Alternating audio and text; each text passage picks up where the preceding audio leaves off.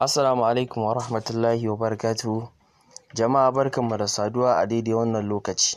Insha Allah za mu yi nuna maka yanda za ka mai da currency naka na cikin Binance, wato yanayin kuɗin kamar yanda kake gani. Misali bari mu shiga cikin wannan Ethereum YY ɗin nan.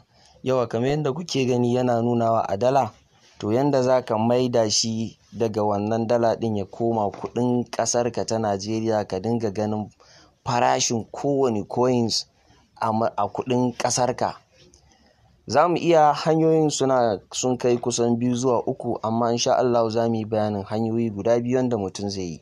Kamar yadda yanzu kuke gani a nan daga ƙasa ga yanda aka rubuta alert, ga shi nan alert, ga currency, ga margin, sai kuma buy sai sell. To sai mutum ya taɓa wannan currency ɗin.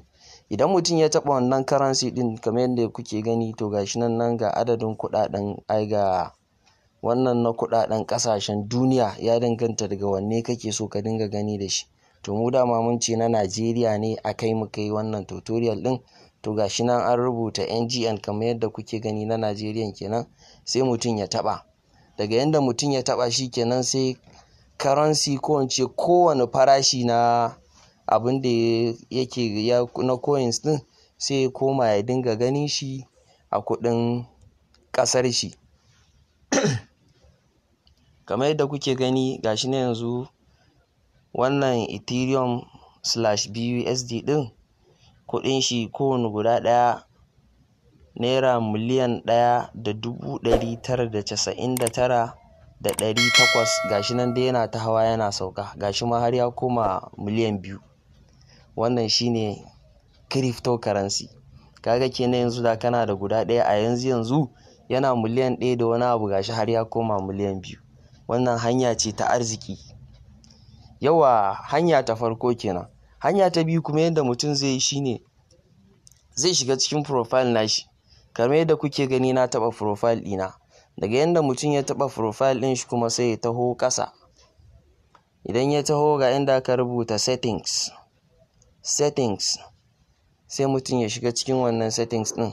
Daga yanda mutum ya shiga cikin wannan settings ɗin, to gashi nan currency, ba nan payment currency ba, currency, gashi nan currency, sai mutum ya taɓa wannan currency ɗin.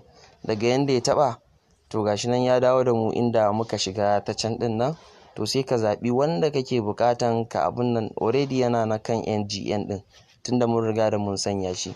Amma dai mun ce za mu yi bayanin hanyoyin ne, shi yasa muka daɗa shigowa ta nan ɗin domin mu nuna wa mutane yanda za su yi.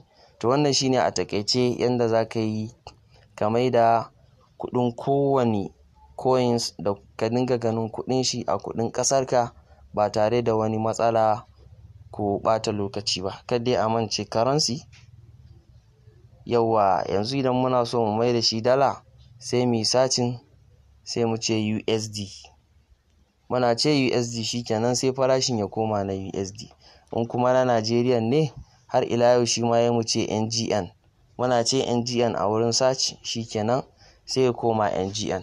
Wannan shine a takaice. Yan uwa da Allah kada a mance a danna mana subscribe, kana a danna mana ƙararrawa domin samun sabbin shirye-shiryenmu da zarar mun ɗora. Wassalamu alaikum wa rahmatullahi wa barakatuhu.